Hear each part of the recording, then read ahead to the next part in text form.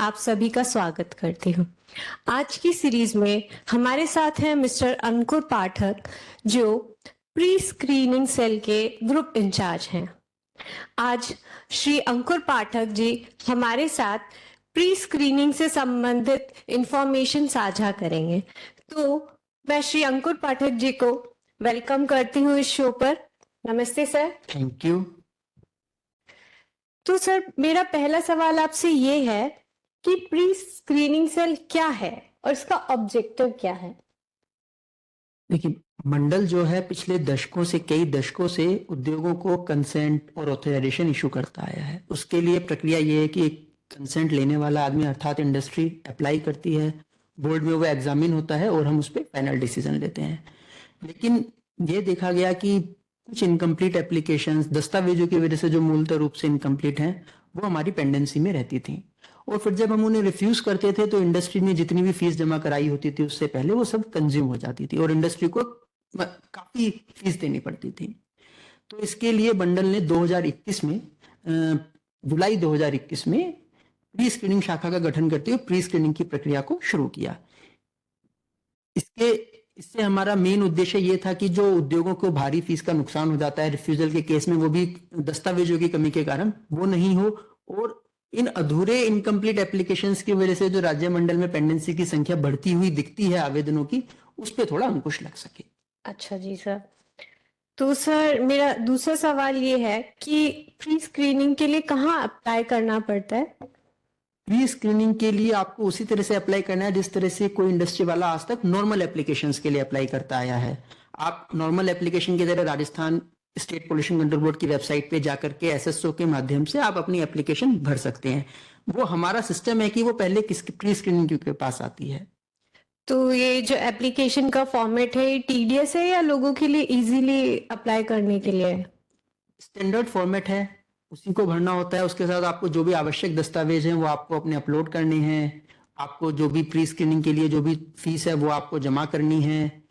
पूरा process online है। और ये सर, प्लीज हमें ये भी बताइए कि ये जो इम्पोर्टेंट डॉक्यूमेंट्स हैं एप्लीकेशन के लिए, वो कौन कौन से हैं?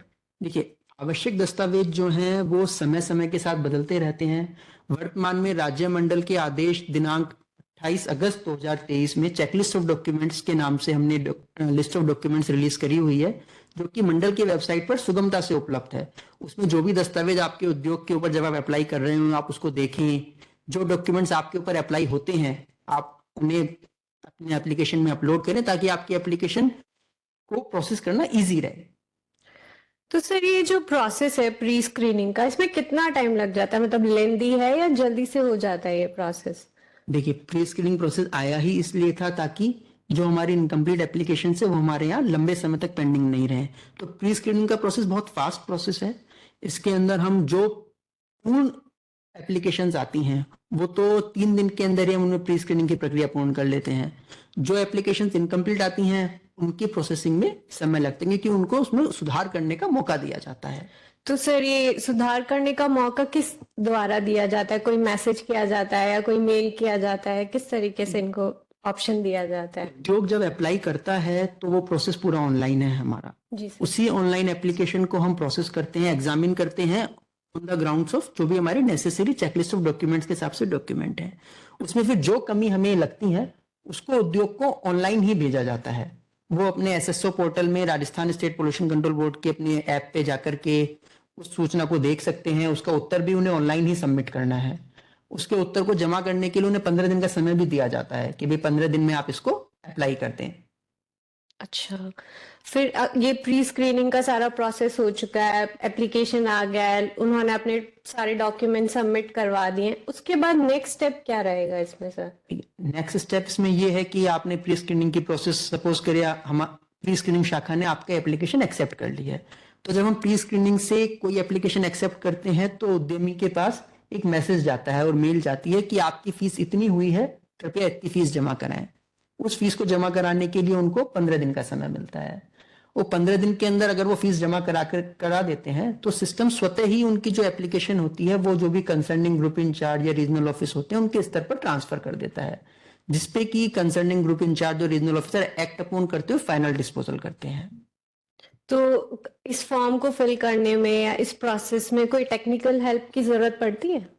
देखिए, वैसे तो स्मूथ प्रोसेस है, लेकिन तभी भी अगर किसी को किसी प्रकार के तकनीकी मार्गदर्शन या फिर दस्तावेजों को समझने में कोई दिक्कत आ रही है, या फिर जो कमी हमने निकाली है उनकी दस्तावेजों में, उसमें समझने में कोई दिक्कत आ रही है, तो वो किसी भी समय राज्य मंडल में, मंडल मुख्यालय में जो प्री स्क्रीनिंग शाखा है वहां पे आकर के जो भी संबंधित अधिकारी हैं उनसे मार्गदर्शन प्राप्त कर सकते हैं, और मार्गदर्शन पूर्ण रूप से दिया जाता है। जितना मार्गदर्शन उन्हें वांछित रहता है उनके लिए उतना दिया जाता है। थैंक यू सर, आपने इतनी वैल्यूएबल इंफॉर्मेशन हमारे साथ शेयर की।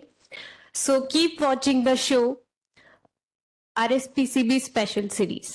Thank you.